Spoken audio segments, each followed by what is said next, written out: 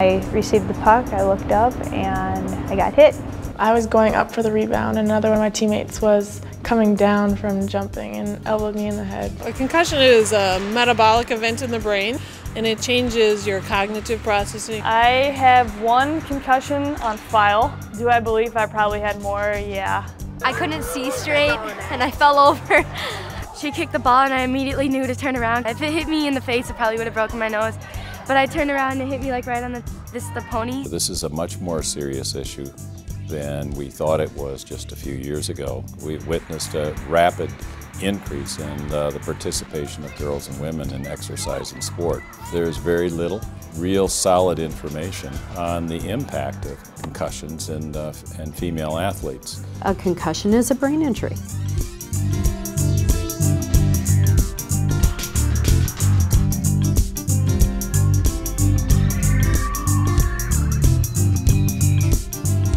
Concussions and Female Athletes is a co-production of the University of Minnesota, the Tucker Center for Research on Girls and Women in Sport, on the web at tuckercenter.org, and TPT's Minnesota channel.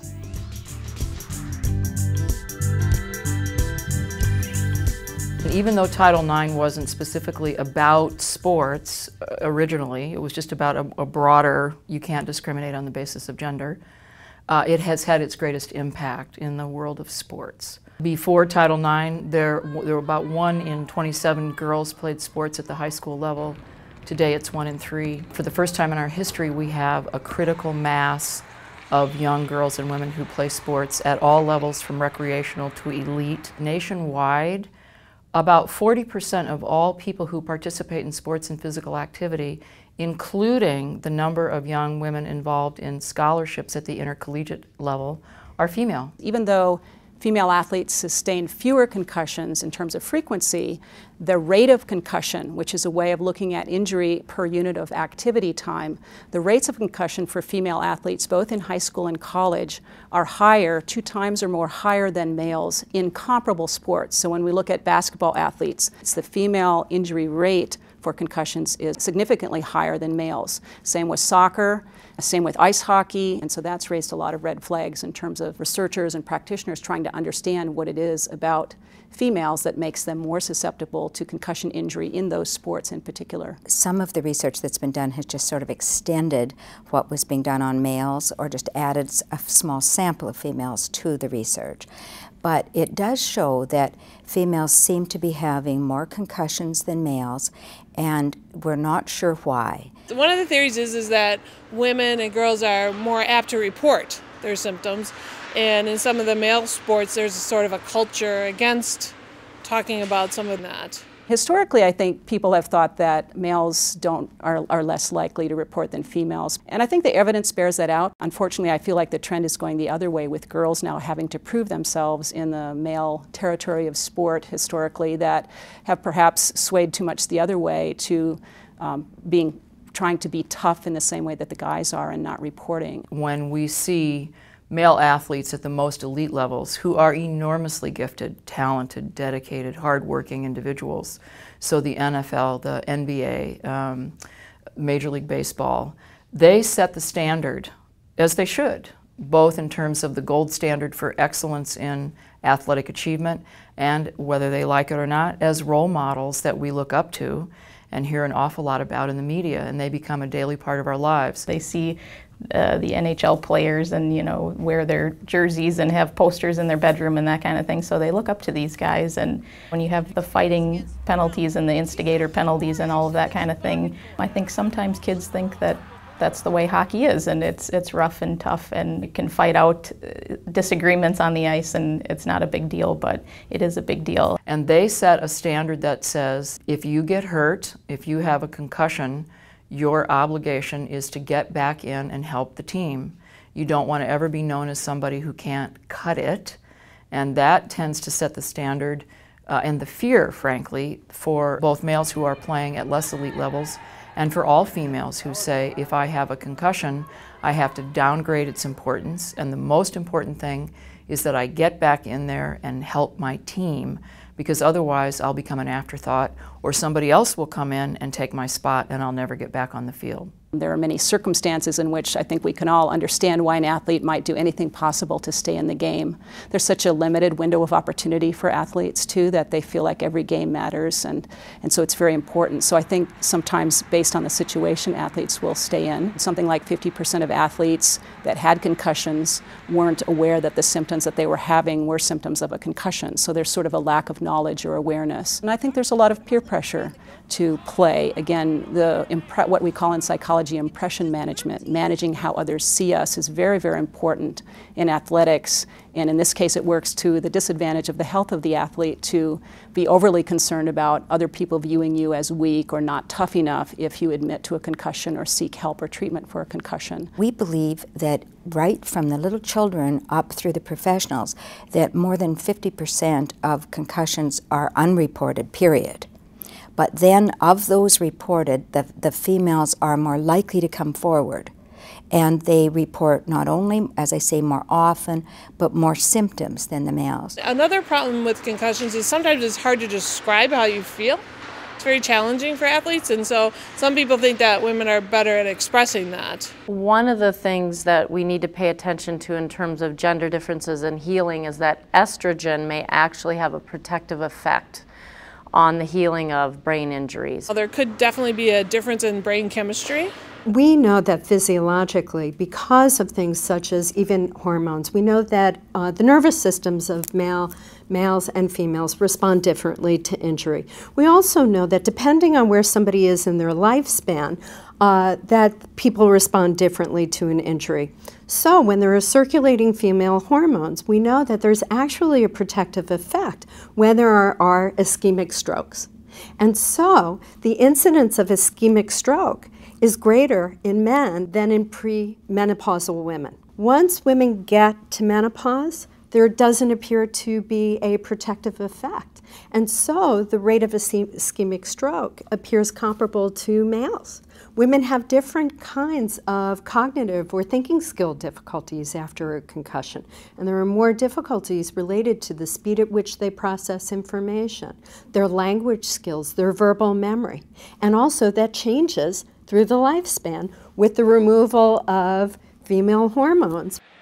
Obviously, football, the number of hits a player takes is uncomparable to probably any other sport, maybe with the exception of hockey. But every single play in football, you're getting impact, which is in hockey, it might be every so often. And in women's hockey, where it's non-checking, even though there's a lot of contact, I think the argument is that you receive far fewer impacts, but I would say that what we know from the research is that it doesn't have to be a heavy impact to cause brain injury or a concussion. So even something that might look inconsequential in terms of impact may indeed lead to a concussion. And I think that's why a lot of times it goes unreported. What we don't understand is if what we consider subconcussive blows have any type of a long-term effect. That is really what we don't know now.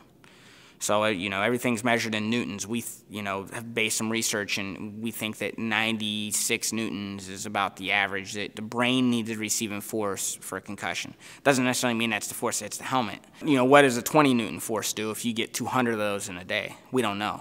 We don't know if there's enough trauma there to cause any imbalance in the brain.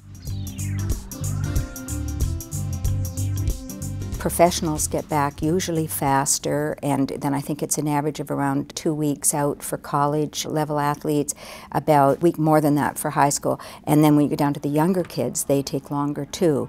And I think the females' length of time out is corresponding to the children. And we don't know really why that is. I have a couple of theories that haven't been tested or researched yet. It could be that when they are hit or in a collision, that neck is spinning, and we know it stretches the axons on the neurons in the brain, and there may be more stretching for those young females. There's an NIH study that shows a little less myelin on the axons in the females, and I wonder when you take the myelin off the axon, or it isn't there, then does that axon tangle more when there is a rotational spin or sudden linear acceleration or deceleration? hockey player or a football player who's getting repeated trauma, and when we measure that with the HITS telemetry, the accelerometers, a large hit of maybe 171 G-force may not cause any symptoms at all, and then maybe another 150 G-force, no symptoms. 30 G-force, and all of a sudden the player's had it, he's out. The symptoms have all manifested. It's as if you have a threshold and you can take a hit and then another hit, and then it can be a very small hit that just sort of pushes you right over the edge. When we see concussions on the sideline or head injuries, one of the biggest things we're concerned about immediately is that there's something more going on, like a bleed in the brain, for example. And that's one of the things we're trying to assess for immediately on the sideline and trying to rule out or monitor for. We usually have those athletes come out as soon as they're identified, do a good neurological evaluation, including some thinking tests, some balance tests, and then we monitor them on the sidelines, give them some guidelines for when they go home. There's two different mechanisms. There's what's called a coup or a direct, and a counter-coup or indirect. So our brain's fluid. You got to think of it as like jello in your skull. And so when you get hit, you can have that directly, or you can have that as the brain kind of sloshes across and hits the other side of the brain, which is the counter-coup. And we also know that there's more of a rotational component. We're more prone to having a concussion and prolonged symptoms with a rotational force versus a true linear acceleration. One of the things that I learned at the Mayo Ice Hockey Summit on concussion that really stood out to me was one of the brain researchers explained a concussion as the brain is bathed in a chemical soup.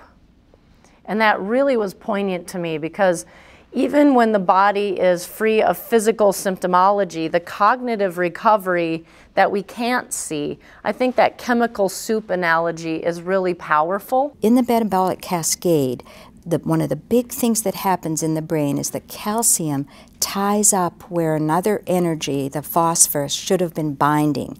So this fatigue is very real that they feel.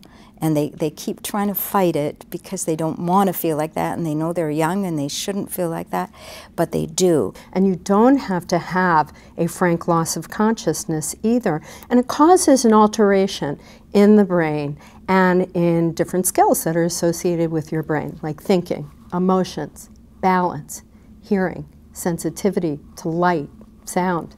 Very worrisome, and it gets neglected, is the symptom of some neck pain. And they worry that when that's reported, or any obvious loss of consciousness, there's a feeling sometimes that those symptoms are associated with a more severe injury, severe concussion. It isn't always true. Sometimes it's a feeling of not being quite right, or I had an athlete say to me the other day she felt like her brain was empty, which is a little concerning. Dizziness, nausea, vomiting.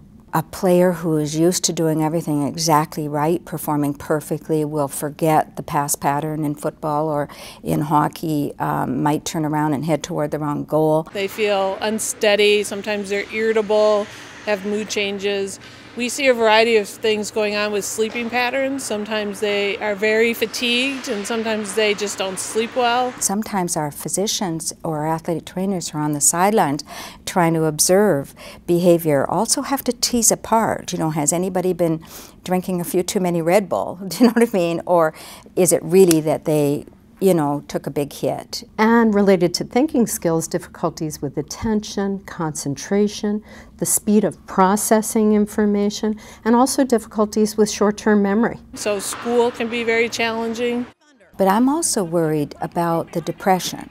There's many investigators where we've looked at the impact of severe injury on young athletes, and the depression is really very marked, particularly the more serious the injury, the higher the depression. In the first couple of weeks, usually, like somebody tears their ACL, and if you think about it, they're pulled out of their peer group, they're pulled out of they have exercise deprivation. There are some tests and measures we can use to try to tease those things apart. The data I've seen says something like 10% of athletes that sustain a concussion roughly might have long-term symptoms, so post-concussive types of symptoms. Between men and women, it's looking like women may have longer symptoms. Research has shown us that once you've had one concussion, you're at 4 to 6 times greater risk of having a second concussion.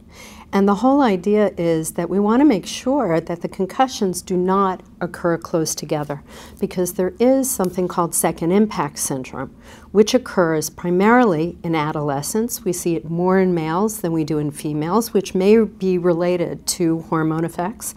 But what happens is there is this malignant brain swelling. The brain swells, and there are very, very serious side effects. Children die with this, and the ones that do not die are left with symptoms that are very significant, either cognitively, physically, and or emotionally for the rest of their lives, potentially. If you take a sport like hockey, the size, the speed, the equipment, the aggressiveness has increased hugely. And then you add to that the fact that a lot of women don't have developed neck muscles, and there are some studies now that are showing the role that the neck muscles play, particularly in the anticipation piece. And if I were asking all of you in the room right now to tighten the muscles across your neck, and you were to tighten them really hard, and then you imagine somebody coming and hitting you, your head wouldn't spin very much, would it? Because you're guarding and activating those coacting muscles. But if your neck is really relaxed and you're not anticipating, and now somebody comes and hits, your head is going to spin in a rotational manner or forward to back. And so we really believe the role of anticipation is huge in protection. And I think the females haven't had as much emphasis, perhaps, on the neck strengthening. I'm not talking about at the elite levels, you know, with the women's Olympic teams, for example. Those athletes are probably just as toned as their male counterparts.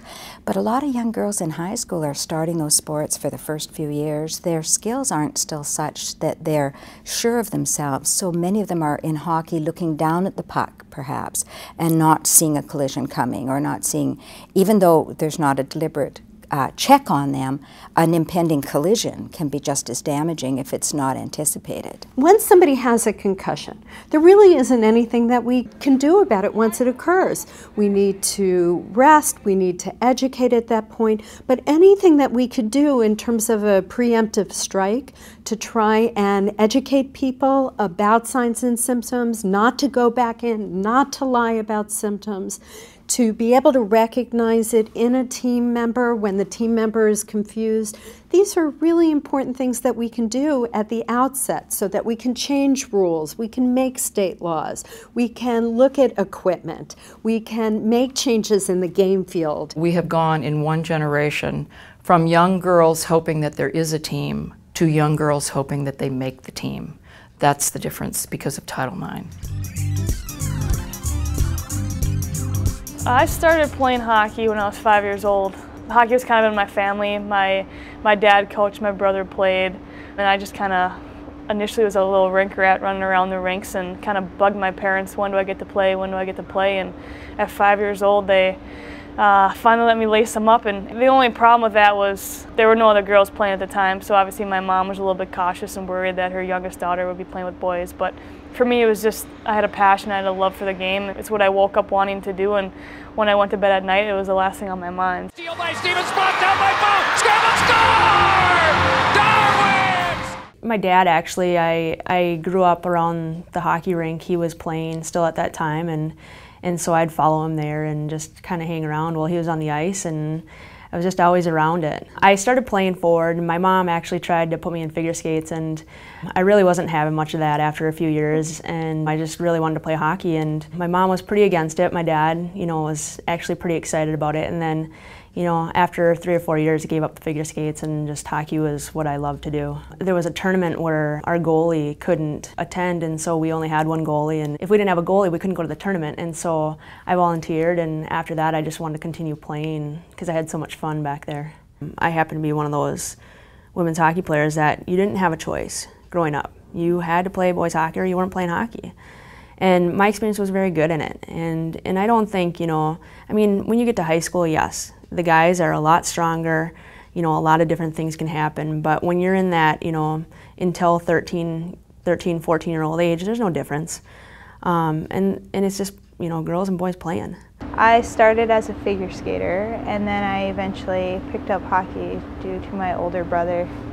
I saw the equipment, the big pads, and I wanted to be like him. I started playing competitive hockey when I was a squirt. I played squirt travel, and then Pee-wees I played travel hockey, and Phantoms and midgets. I played all the way up until midgets boys hockey. I love playing boys hockey and being rough and checking. I love that, and I also love how girls hockey wasn't checking. It was a more finesse game, and I really, really enjoyed that.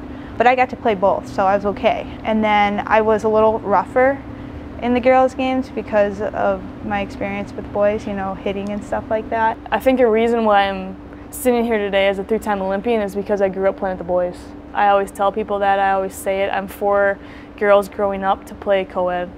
I think it's huge. I think there's an intensity, a competitiveness that boys bring out in you that girls I don't want to say naturally have. I think it needs to be brought out. And I think boys just kind of have that competitive instinct, and I think you learn from them and they also learn from you. I think we're a heck of a lot better listeners and understand things. The vision of the game more, I think we understand, but boys have the ability to just go harder and be invincible and just have a competitive era about them, that they want the puck and they want the score. And Natalie Darwin's show, welcome to it right now, guys. Did I have to compete harder because I was playing against the boys and the only girl out there? For sure. Yeah, for sure. I began playing officially probably in 6th grade. I started in BAA, which is Bloomington Athletic Association, probably in 3rd or 4th grade. And then I started playing traveling at U12, which is under 12 for Bloomington. My folks signed us up for it, and I fell in love with it instantly. I still play, so I guess I never stopped. Since 4th grade, I started playing at a rec team in 4th grade, and then played for school and traveling teams, and now in high school. It was during practice, and I didn't actually hit my head on the ground, just the initial impact. I couldn't keep my eyes open. I was dizzy, and my eyes started flickering. They said that my eyes were like twitching and moving back and forth, and I couldn't really control it, couldn't keep them open, and couldn't look in the light. And then I tried to get up and walk back, and I almost fell over. I got a call from my husband that he was on the way to the emergency room with Natalie. That was our first trip to the ER, and they said she needed to go 5 days without headaches, and then she could go back to, or she could start working out again. And we got her to about the end of January, and she went about 5 days without headaches, and then went back to practice and ran, and within about 15 minutes, she was symptomatic entirely again of all the things she had with the original concussion, and we had her back in the ER again. We knew right away what it was.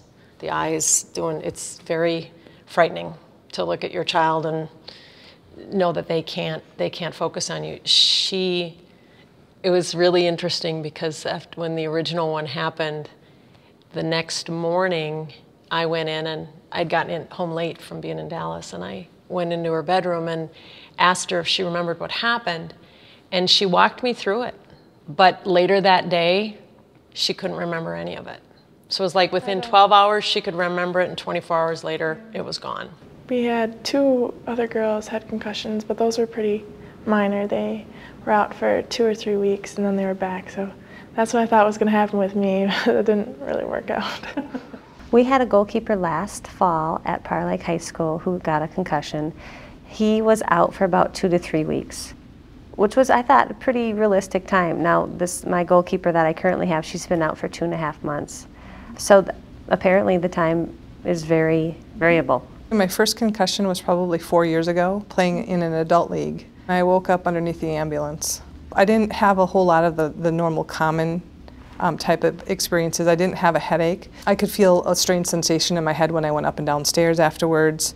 I felt very almost euphoric for quite a while afterwards, just kind of different.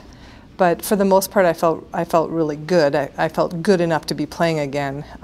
But I have a brother-in-law who's a physician who insisted that I stay out. So that was probably really good that he's as firm as he is.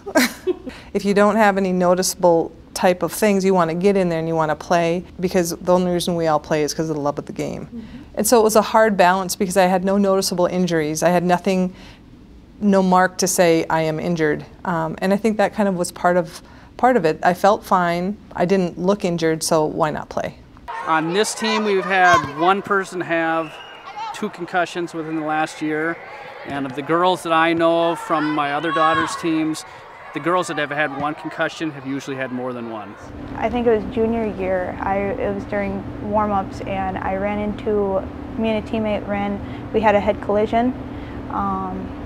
We were both knocked out. We both opened our eyes and we were sitting in the lobby laying down on some benches. Headaches. We had to sit out a couple months for that. The last concussion was probably a little more than a month ago. Yeah, that was with the Minnesota Whitecaps. I feel like I've gotten way more concussions than girls. That 1 concussion for the boys' Bantam game was from guys' hockey. All my other concussions were from girls' hockey, and it's usually unexpected collisions or impacts. A somewhat violent collision into the boards with another player. I'm not sure either of us were really at fault, but I think my head took the brunt of everything against the boards. Obviously there's no checking in women's hockey, but anyone who tells you who's played the sport says that's not particularly true. And at the time I was only 18 years old and we were playing a game against Team Canada. I was on the US team and just kind of caught a pass up the middle, and a girl lined me up and got the best of me. And at the time I was very disoriented. I couldn't tell you how I felt at the exact moment because I don't remember. I just remember kind of scrambling back to my feet, and luckily the bench was only a couple feet away, and got back on the bench and just kind of felt out of it, kind of felt dazed.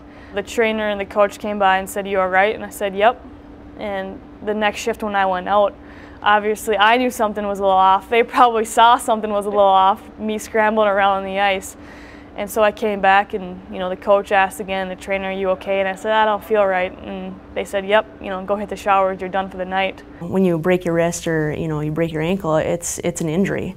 But when you have a concussion, you think that it's not really an injury, when you're going through it, because you think you should be able to go right back to playing because you're not really limited by much of anything physically. Some girl ran me and took me down, and then my helmet slipped up, and so my head hit the back of the ice, and I didn't really have any protection on that one. I didn't remember who people were, and I didn't remember things, and I went through that whole memory impair type thing, and some of the other ones that I didn't have that. So, I think there's obviously, I'm not a doctor per se, but I know that there's definitely different levels of concussions, and I think for that one, after that serious one, it was kind of, whoa, what just happened? I think I got depressed a little bit, anybody who is competitive really wants to always be in the game, and so when you're sitting out and watching and missing out on being a part of that, myself and I think my parents and everybody wondered whether this was really worth it. But I did clear up and I did come back to normal and I was fine, and so I don't really know. I'm still learning a lot about it myself as a coach, kind of being very sensitive to when my players get hit or something happens to them, because there is a lot going on, and studying and how does it affect you later on in life. And so I think some of that stuff that I start to think about now, but you don't think about that as a player because all you want to do is play. As you get older, you start to learn that the rest of your life is more important than the actual game itself. I get headaches. That's why I have to stay hydrated. I'm really sensitive to loud noises. I get confused. I'm not too good with time. I'm not very aware of time. Short-term memory loss is probably the worst I'm experiencing right now. I think one thing you need to watch for, and especially young people, when they're part of a team and things that are happening are very exciting and they for the first time can't be part of it, you really have to watch for them getting depressed. And that fine line between just being disappointed and really being very depressed about it. And she kept her spirits up. I think her coaches were amazing about it. They were incredibly supportive of her, and they desperately wanted her back. She's the tallest kid on the team. In fact, they were thrilled that she was cleared to be on the bench in uniform because at least she looked like a threat. And I think the thing we kept telling her is she kind of has a chronic ankle thing, and we said, "Natalie, with your ankle, you can go back when it's not fully healed and it just swells and we just ice it, right? Well, with a concussion, it has to be fully healed. Make that person concussed still feel a part of the team, because there's nothing like actually suiting up and playing in the game and helping your teammate in the actual sport you play. And so when they're not doing that and fulfilling that role, they kind of can feel a little bit lost. And so I would just encourage those teammates to at best be supportive of that person, have them continue to be a part of the team, feel a part of the team, feel needed. We're really big in focusing, especially down in Prior Lake, on building community and building team, and always telling the girls to always have each other's back. And that is one way that we have seen the kids will let us know so-and-so's out on the field and she's really hurting. Or I can tell you of an instance where a goalie went down and was hit very hard. We were on the sideline and didn't see it, but one of the defenders picked up on her confusion and the fact that she just wasn't with it anymore. And so they sent word that she had to get off the field immediately. When I played traveling soccer, concussions weren't really talked about when I was younger. A concussion typically meant that there was severe head trauma. In soccer, it would typically mean that someone either got kicked pretty hard in the head or ran into a goalpost. And thinking about my youth and what was in the medicine cabinet or in the bag that everybody has for the first aid kit, there were smelling salts, which I think is pretty interesting. So apparently if someone just got knocked out on the field, they would just run out with those salts and get them up and potentially go back in. When I was at Wisconsin and that last concussion had happened, our athletic trainer worked specifically on my neck strength and, you know, just being a little bit more aware of my surroundings, you know, peripherally, just so I could be more cognizant of something happening like that, and balance and core stability and stuff like that. So you learn a lot more about, you know, physically what you can control. We're finding that all sorts of overall fitness really helps in protecting the body. If you know you're going to get hit, you can move quicker, you can react quicker, maybe your body can tense up to try to protect from getting hit a little bit harder. Between the physical therapists and the occupational therapists, they recognize stuff that we didn't even in the ER hadn't seen. Things like balance, that Natalie's always been real athletic and being able to just stand on one foot, she couldn't do it. And we never told her, Natalie, try and stand on one foot, you know, see how that goes. And the occupational therapist had her do that. And then we saw progress. You know, the first visit, she couldn't do a lot. And by the 6th or 7th visit, she was so much better. The occupational therapist wanted her only going to school part-time, so they switched her schedule around at school. They gave her a pass at school whereby she could, anytime she felt any of the headaches or anything coming on, she could go to the nurse's office. We started dropping her off. We dropped her off early or later in the day to school, so we had to change our work schedules to make that work. When we started the women's hockey program at St. Scholastica, you know, our trainer, you know, 2 years ago when I was, you know, building a team or out recruiting to get a team, our trainer told our AD, well, we're not going to travel the women's hockey team with a trainer, you know, on the road, and because there's no checking, why would you? You know, so there's less chance for injury. And I was all up in arms and demanded that we were traveling with a trainer. I don't think people are aware that there's a lot more head injuries in women's hockey, and I've noticed that. I think a lot of it does have to do with they're not experienced in being prepared to take a hit, or, you know, they do tense up, and I think a lot of it is, you know, when you're not prepared for that and you tense up or you see it coming, then all of a sudden something happens. You know, and the women's game has actually gotten so much better in the last 10 years, so I think the skill level also has something to do with that. You know, women are playing aggressive. It's not just, you know, they're out there passing a puck and taking a shot. They're playing aggressive. You just got to know yourself and be disciplined enough to allow yourself to sit out.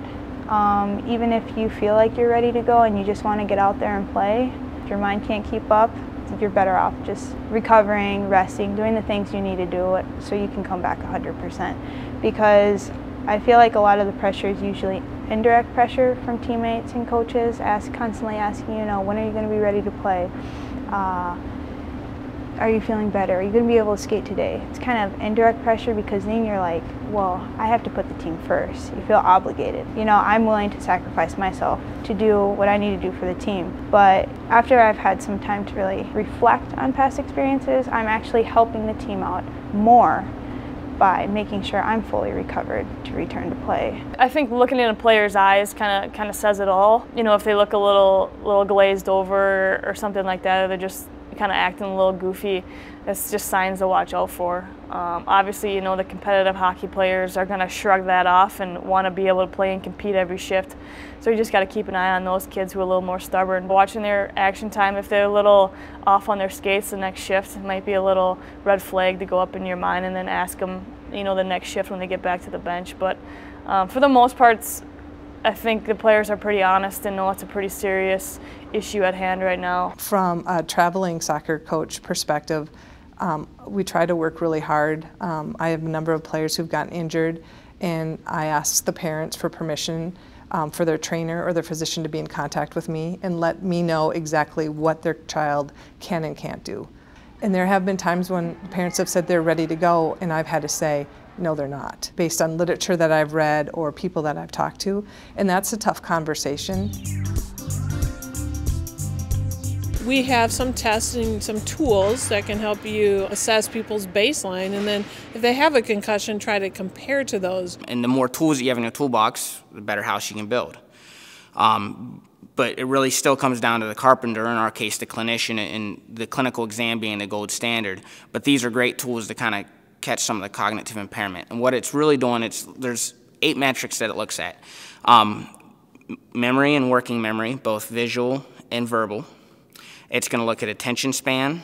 It's going to look at reaction time. It's going to look at what we call visual motor speed, kind of how quickly you're functioning. Because concussion can affect different areas of the brain. It's a functional injury where the brain's not getting the energy, the glucose it needs to function properly based on this neurometabolic cascade that happens. And so these tests are a little bit more sensitive to picking up some of the subtle cognitive impairments, especially later on in the injury as we're getting ready to return to activity. Baseline testing provides a neuropsychological baseline of athlete performance in terms of things like reaction time and other cognitive processing tasks. And then if an athlete is concussed, they compare their scores on these same neurocognitive tests to their scores at baseline and note the difference, and then really don't allow the athletes to return to play until their neurocognitive capabilities have returned to that baseline level. So it really establishes a pre-injury sense for what that athlete's cognitive abilities are and provides a standard against which to judge their recovery. There is some controversy in the sports medicine world about how good are these cognitive tests that we're doing and what do they really mean, and are we interpreting them correctly? And again, I think it's early on in the evolution of these things, and we have a lot to learn still. I just had an experience with one of my goalkeepers who experienced a concussion while she was playing in a different league than I was coaching in an indoor, and she did not have a baseline. And what's proving to be a little bit difficult going through the process of her concussion is that without that initial baseline, it's difficult for the physician to say if she's cleared, if she's not cleared, because that baseline is missing. And at this age, you don't know if their sleeping pattern is due to the concussion or if their sleeping pattern is due to puberty, hormones, adolescence. And so we're finding a really difficult time getting a definitive answer if this child is ready to come back and play or if she should be held out. It's a silent, hidden injury. There's no crutches, there's no sling, there's no bruising. So it's easy for the patient to come in and tell us, I feel great today and I can do everything and even get through some of our normal routine, but having some of the more sensitive tests and some of the understanding of what the patient's baseline scores are. A lot of the symptoms of concussion, you can feel that from exerting yourself, or maybe you're a little dehydrated, or maybe you have a cold coming on, you're just not in your top form. People get headaches, for example, for lots of reasons. Headaches are a very common thing. So some of it's about the constellation of symptoms, and that's why we encourage the athletes to report these symptoms to the medical staff and let us try to help them evaluate it. Usually you can tell by how hard they go down that there's probably going to be an issue. On the indoor turf it seems to be harder. And the new turf is much softer than it used to be, but the other fields used to have cement directly underneath the turf, and now they put rubber pellets underneath with a sand base below that now, so it's much more forgiving than it used to be on the older turf fields. But oftentimes they'll go head to head, in a soccer game, and that's where a lot of concussions come from. When I think about what coaches should know, I think about three things: watch, learn, and listen. And so coaches, first of all, need to know their sport well enough and their athletes well enough, and to be watching for high-risk kinds of impact situations where the head was moved rapidly and forcefully in a whiplash sort of motion or through a direct hit. But also I've seen many times where concussions can result from very minor, what seem to be fairly minor contacts and incidents. And so I think a coach needs to be very knowledgeable and watch, first of all, for potential situations where an athlete might have been injured or sustained a concussion. Secondly, I guess really before that, the coach should educate themselves about what these signs and symptoms of concussion are. And so when I say learn, the coaches need to educate themselves. There are great online training tools through the CDC and the National Federation of High Schools. Both have free online training modules. And so I think it's really imperative for every coach to learn the symptoms that they may observe as a coach. In other words, an athlete who now you've witnessed this high-risk event, and then you see symptoms like an athlete being confused about their plays or assignments, falling to the ground and then getting back up again, just stumbling and just general sorts of confusion. And the third thing that a coach needs to do is listen. So watch, learn, and listen. Listen to their athletes when they report things like headaches, or that they're hearing noises in their head, or when they're dizzy and nauseous, and other kinds of signs and symptoms that the athlete sustains. Everyone's been getting on the bandwagon about, gee, we've got to make sure everyone sees a qualified healthcare provider, a qualified physician.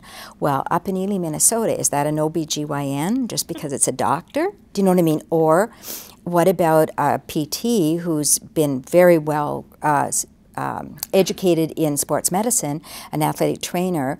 You know, they would probably be better in many cases than a physician. So I'm from a family of physicians too, so I'm not nailing anybody. I'm just saying everyone's got to have the database up and have their skills up. But I don't know that it matters too much what type of a physician it is, as long as they're skilled and competent and have recently reviewed all of this information. I'm a certified athletic trainer. We get exposed to it a lot. We're on the sidelines. We see these injuries acutely, and you feel something just isn't right with this patient. And the nice thing in our setting is you're usually around these kids. If you're working in a high school or college setting, you're seeing these kids every day, you know their personalities, so that helps a lot. And as somebody's injured and you see them coming back, you can see kind of things start to return. But it's just asking very detailed question. You don't ask, how do you feel? You know, you ask what they did the night before, what time they went to bed, when they normally went to bed, what they did the day before. Did you feel more fatigued after class? Did you get a headache throughout the day? Did you feel like you wanted to go home and take a nap? Do you feel more slowed down? You know, you get really in depth with some of the questions, and you really want them to feel like they are perfect. And then we look at their neurocognitive testing, and then we start to progress them in activity. The one bad thing about youth hockey is oftentimes there's not a trainer available, so it comes down to the officials on the ice or the coaches who are, you know, typically just parents of a player. So usually the coaches will come out on the ice and, you know, help escort the player off the ice. You're not a medical person out there. Guy gets knocked down. You look at him, you say, hey, hold it, stay here. Let's get the trainer out here to look at you. And I think that today, more than ever, they're looking for concussions. You know, before they'd give you a couple aspirin, get back in the game. For the most part, I think their job is to really uphold the laws of the game and protect the integrity and safety of all of our players. And with that, obviously, if they see anything, if they notice anything, in particularly a goalie, if a goalie gets hit in a play, the distance from a coach to a goalie is quite greater than one of the referees. So if they see something, by all means, you know, we all need to take care of all the players. But I don't think that the responsibility falls on their shoulders. Again, I think it's just something where everyone, if they see something that looks amiss, you know, try to get as many people involved as possible. At the youth level, I think basically we're there for the safety of the players. Obviously, we're making calls, you know, determining goals and offsides, icing, that kind of thing. But I think it generally really ultimately comes down to the safety and well-being of the players. Well, over in Europe, any goaltender that gets a puck in the mask, it's an automatic whistle. Here, it's not. But goaltender goes to one knee, I'm blowing the whistle. Go up to the goaltender, You know what, you okay? They look a little groggy. Let's get the trainer out here to take a look at them because we're not going to take any chances. In what I would consider youth athletes under the age of 18, I think it's very beneficial to test within the first 24 hours. That can give you kind of a global score and an understanding where they're at. And that can help make a decision as to whether or not this patient needs to be removed from schoolwork, from any type of extracurricular activities they may have going on as far as meetings or 4-H or whatnot. But that really gives you a better understanding of how impaired they might be. The more impaired, the more inclined you would be to just give them absolute rest for a few days. The responsibility for return to play is a little controversial, but I think it should not be the athlete, because the athlete is always going to want to play, to please the coach, to do it for the team, because they like to compete. So the athlete is out. The coach, I think if they're educated and in tune with the signs and symptoms, maybe, but the coach might also have other conditions about winning and competing and, you know, wanting to outperform others, that they might make poor decisions in the heat of the moment. And I think parents most often have their child's best interest at heart, but might also fall into that, well, if I take my child out, they won't be noticed, and he or she will be perceived as not a team player, and they might not get exposure for the college scholarship that all parents think their children will get. And so parents might not be the best either. So I really do think it has to be a medical professional that's trained in concussions and knowing when return to play is appropriate. It's mandatory now that you take them out. People have gotten much more strict about what you do, and they're required to have clearance before returning to play. It's gone, you know, much further than when we were kids. You got a concussion, you got knocked unconscious, you were usually playing before the end of the game again. Well, now you can't return to high school sports or return to the club sports without being checked out and released. So for a person who's sort of followed a standard concussion resolution, for example, most people with a concussion will get better in 7 to 10 days. Have not had a long history of concussion, for example, in the past, or concussions that took a long time to get better, or one that was very close to the current concussion, then we'll try to start them back with some light exertion usually put them on something like an exercise bike, and not so much to get a workout, but just to get their heart rate up a little bit and get moving and see how they feel. And then we generally do a graduated progression from there, trying to make it a little more intense, adding some impact. Then we add a little more stimulation, a little more agility, side-to-side movements. For example, if you're a hockey player, some time on the ice, maybe with a few other players doing some drills, but not maybe the full team, for example.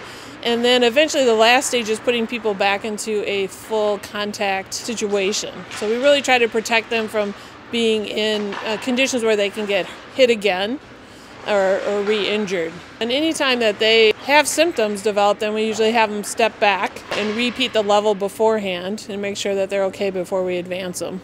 I think in that time that they've been off, 3 weeks or something, I really think they're losing strength in neck muscles and so on while they're supposedly resting.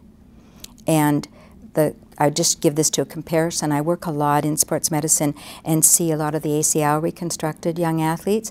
And if you put a measuring tape on their thigh after surgery, they lose about an inch, inch and a half, 2 inches of quad, of hamstring and quadriceps in having been somewhat resting. Do you know what I mean? Just not pressing leg weights.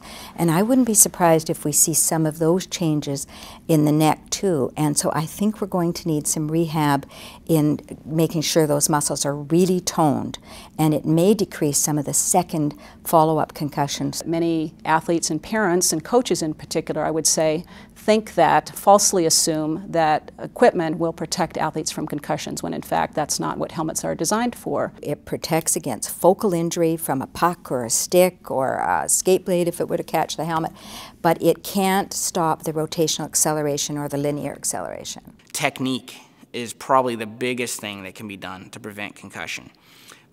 You know, when it comes to sports like hockey, keeping your heads up.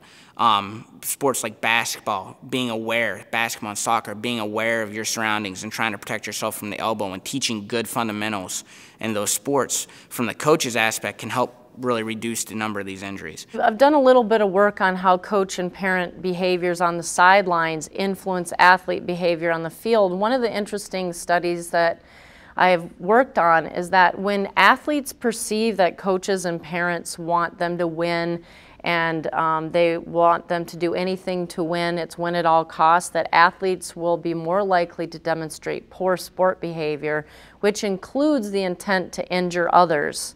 And so what we find is that when the coaches and parents are acting in ways that encourage poor sportsmanship, the athletes themselves will be more likely to injure others, which could then lead to concussion. Parents scream and yell, and you see the kids kind of pick it up a little bit, just like coaches. Hit them, hit them, hit them. Hold it. It's a game of skating, not hitting. You know, when there's squirts or peewees, you know, that's when they can start hitting. Hit them, hit them. Kids are, you watch it, they're kind of running at players. I haven't had to personally have any spectators leave the rink, but I have worked several games where we've had to have a coach leave the bench, and that's never fun. You know, it's not good for the kids, and it's not good for the team, and that kind of thing. And it kind of changes the dynamic of the game. And that's what's good about women's ice hockey. They angle, they can't hit. There's a lot of body contact, but they angle. And I think that's what these kids should be taught, how to angle instead of trying to put somebody through the end boards. Oftentimes when you're playing sports, especially when we're playing high school and older sports, I've noticed that there seems to be a lot of aggressiveness out on the field. And too often it's unfounded aggression and people are just playing haphazardly. I don't know if people really realize what damage they can do to other people while they're playing, if they're playing out of control or outside the laws of the game. Typically after a whistle or something during a stoppage, you know, I might skate over to a player and just tell them that, hey, this is what I'm seeing and this is not acceptable. You know, it hasn't gotten out of control yet, but you know, it looks like it might have the potential to. And I've also gone and talked to coaches between periods and just told them, you know, this is what I'm seeing. You want to talk all the time. Good officials, you know what, you'll see them always yipping with players like on face-offs. Keep your sticks down. I'm going to put the puck down, you put your stick up, I'm going to throw you out of here. Stuff like that. But mainly along the boards, when somebody's going to get really smacked, you say, hey, don't hit him from behind, his back's turned now.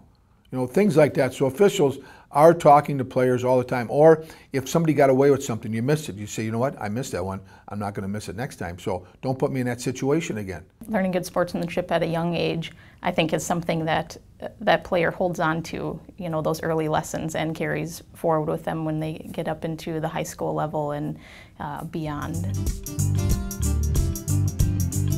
One of the problems in focusing solely on female athletes and concussion is around this idea of how concussions is taken up by the media. So when a female gets concussion, the first question that comes up, or the first comment, is that, well, female athletes are vulnerable and weak, and maybe we should rethink female athlete participation in sport in general. The counter to that is when males sustain concussions, the question never becomes, well, maybe he's too weak and vulnerable to play sport, so we should think about new policies or rules or sit him out altogether, and that males are weak and vulnerable. That never gets taken up by the media. This is such an important topic for both genders. For females, not addressed very well yet, but for all kids, we need to have research. Then it's got to be multidisciplinary. We've got to have physicians working with kinesiologists, working with psychologists and sports psychologists, biomechanics people. We really will only get the answers when we really wrap our arms around this problem and let egos kind of fall out of the way. There's no magic number that says, like, you've had 3 concussions, you should never do a contact sport again. We don't actually know those numbers, and a lot of it is very dependent on the person's concussion, what kind of symptoms they have, how long it takes to clear up, how close their concussions are together. What we see with any long-term brain damage, you can get to the extreme where the person is unable to take care of themselves. The same thing you would see with a stroke or any other dementia.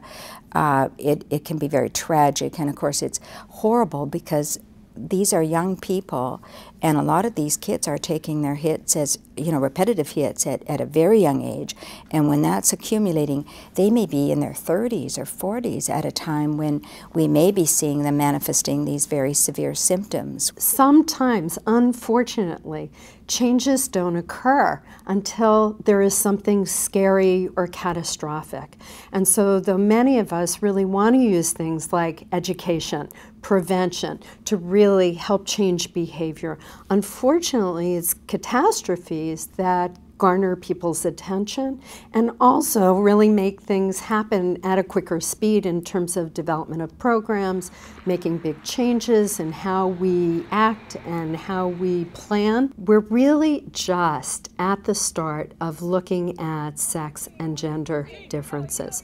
Some of the earliest work was done looking at moderate to severe brain injuries. And in many ways, it looks as though the literature that we're seeing right now, there's still a mixture of studies that say that there are more catastrophic outcomes. Once somebody starts having concussions, I think if they are children, I think that parents really need to not be a friend, but have the information that they need to be able to guide the level of participation and perhaps change the level of participation or the sport if somebody has sustained too many injuries.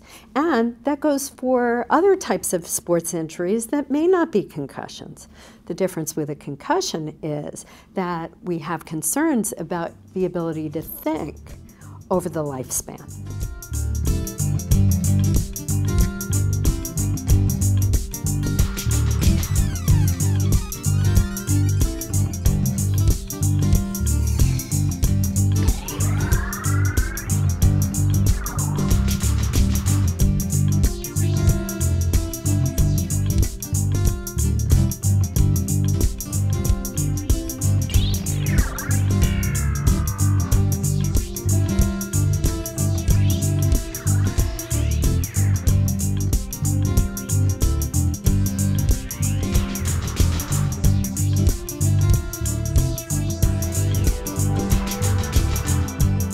Concussions and Female Athletes is a co-production of the University of Minnesota, the Tucker Center for Research on Girls and Women in Sport, on the web at tuckercenter.org, and TPT's Minnesota channel.